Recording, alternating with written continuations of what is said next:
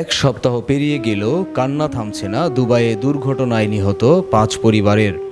গত 7 জুলাই বাংলাদেশ সময় সকাল 10:30টার দিকে কাজে যাওয়ার পথে আজমান প্রদেশের রাস্তায় বহনকারী প্রাইভেট কারে একটি ডিজেল বহনকারী ট্যাঙ্কারের সাথে ধাক্কায় আগুন লেগে ঘটনাস্থলেই মারা যায় তারা।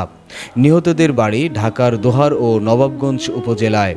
7 মাস আগে পরিবারের সচ্ছলতা ফেরাতে ঋণ করে দুবাইয়ে গিয়েছিলেন ঢাকার দোহার উপজেলার দোহার খালপাড় এলাকার ইখলাস মৃধা হীরা। হীরার কথায় স্বপ্ন দেখেছিলেন বাবা মানজুল মৃধা।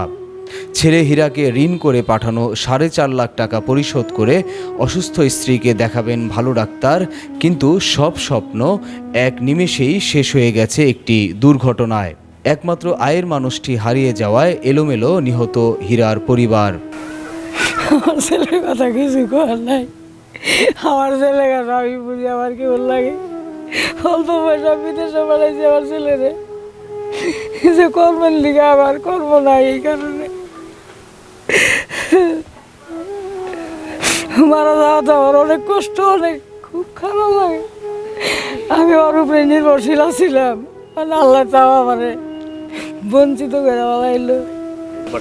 আমি বিদেশে বেড়াইছি, টাকাটা মানুষের কাছ থেকে ধার করে আনছি, লোন উড়াইছি, কিস্তি আনছি, আইনা পরে আমি পাঠাইছি আমার ছেলেরে। আমার সংসার হিমশিম খায় না।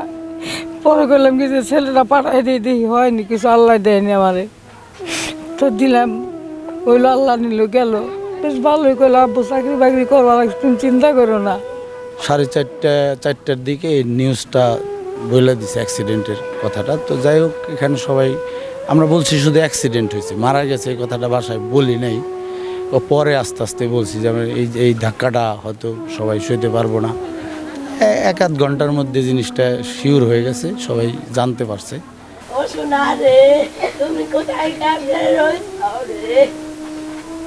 আল্লাহ তুমি এতে গলা দেন রে। হীরার পরিবারের মতো দুবাইতে সড়ক দুর্ঘটনায় নিহত নবাবগঞ্জের 4 পরিবারে চলছে শোকের মাতম। এলাকায়ও নেমে এসেছে শোকের ছায়া। 1 সপ্তাহ পেরিয়ে গেলেও কান্না থামেনি নিহতদের পরিবারের। সন্তান ও প্রিয় মানুষটির লাশ এক নজর দেখতে অপেক্ষায় দিন পার করছেন পরিবারগুলো। তাদের একজন নবাবগঞ্জ উপজেলার বালেঙ্গা গ্রামের লুৎফর রহমানের ছেলে তৌহিদুল ইসলাম রানা। প্রায় 4 বছর পর আগামী ডিসেম্বরে রানার বাড়িতে আসার কথা ছিল। রানার বিয়ের জন্য পাত্রীও ঠিক করে রেখেছিলেন তার পরিবার। রবিবারের দুর্ঘটনায় সব স্বপ্ন শেষ হয়ে গেছে পুরো পরিবারের। দুর্ঘটনায় নিহত হয়েছেন একই গ্রামের শেখ ইব্রাহিমের ছেলে ইবাদুল ইসলাম। সন্তান হারিয়ে পাগল প্রায় ইবাদুলের মা নাজমা বেগম। 1 বছর আগে এনজিও থেকে 1.5 লাখ টাকা তুলে বিদেশে যায় ইবাদুল। একই দুর্ঘটনায় নিহত বালেঙ্গা গ্রামের শেখ ইরশাদের ছেলে মোহাম্মদ রাজু। রাজুর নিহত হওয়ার খবর শুনে অসুস্থ হয়ে পড়েছেন তার অন্তঃসত্ত্বা স্ত্রী ফারজানা আক্তার। নিহত মোহাম্মদ রাশেদের বাড়িও বালিঙ্গা গ্রামে। মা ইয়ারন বেগম অনেক কষ্টে ধার দেনা করে ছেলেকে বিদেশে পাঠিয়েছিলেন সুখের আশায়। এদিকে স্বামীকে হারিয়ে রাশেদের স্ত্রী বৃষ্টি আক্তারও পাগল প্রায়। একই এলাকার 4 জনের এমন মৃত্যুতে শোকের ছায়া নেমে এসেছে নবাবগঞ্জের বালেঙ্গা গ্রামে। দ্রুত নিহতদের মৃতদেহটি দেশে পাঠানোর ব্যবস্থা করতে সরকারের প্রতি দাবি জানিয়েছেন নিহতদের পরিবার ও স্বজনেরা। এই সংসারটা মেইনলি ডিপেন্ড করতো। সে একজন রেমিটেন্স যোদ্ধা। বিদেশে যাওয়ার পর লুৎফরের ব্যবসা বাণিজ্য আগে ছিল, এখন অতটা ভালো না, কিন্তু এই ও যাওয়ার পরেই একটু আল্লাহ একটু ফিরে তাকাইছিল, কিন্তু এই মর্মান্তিক দুর্ঘটনায় ওকে তো আল্লাহ নিয়ে গেল। আর যেভাবে ওর অকাল মৃত্যু, যেভাবে যেটা হইল, এর যে কত কষ্ট আমরা তো অনুভব করতেছি। চাচা হইলে তার বাপ্পার যে কত কষ্ট তারাই বলতে পারে।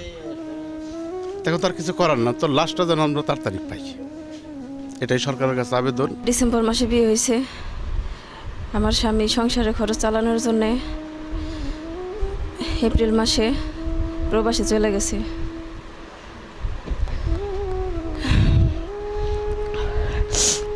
এখন আমাদের 6 মাসের সন্তান আসতে চলছে। এখন আমাদের ভরণ পোষণের জন্য, ভরণ পোষণ কে দেখবে? আমার স্বামীর লাশ আমি দেশে যাই। এখন এই ওর সংসার, বৃদ্ধ মা বাবা, এই স্ত্রী নবযাত্রী আসছে এগুলা দেখবে কি, ওর লাশটা আনার জন্য সরকারের কাছে আমাদের পক্ষ থেকে আকুল আবেদন। আমার লাশটা আমি চাই, আমার লাশটা বাচ্চা হইব গর্ভবতী 6 মাস, আমি কেমাই এই সংসার চালামু, আমি কেমাই বোরা হোম, আমার ছেলের লাশটা চাই। ওনার লাশটা নিয়ে বাংলাদেশে সরকারের কাছে আমি আবেদন করি। আমার যেভাবে ভালো মন্দ বলুন, আমার শীতকালকে কি হয়েছে, অ্যাক্সিডেন্টে গেছে, মৃত্যু হয়ে গেছে। আল্লাহ, আমার রাশিতে উপরে ভরসা আসল, আমার সংসারের সব ভরসা আমার রাশিতের উপরে আসল। রাশিতের আব্বা নাই, ছোট সময় মারা গেছে, রাশিতে পাঠাইছি কষ্ট করে বিদেশে। আল্লাহ, আমার রাশিতের উপরে সেই সংসারটা আসলো। রাশিতের একটা ছেলে আছে, বিয়ে করছে, বউ আছে, ছেলে আছে। ছেলে আমার সংসারটা কীভাবে চলবো, এই চালানের ব্যবস্থাটা আপনারা করে দিবেন, তাইলে আমি কেমনে চলবো নিয়ে নাতি নিয়ে আমি। তাহলে এই ছেলের কথাই বলতো যে আমার ছেলের ভবিষ্যৎ আমি কেমনে ঠিক করব, কিন্তু আপনার কাছে একটাই রিকোয়েস্ট, ওর বাপে যায় না যাক। Thank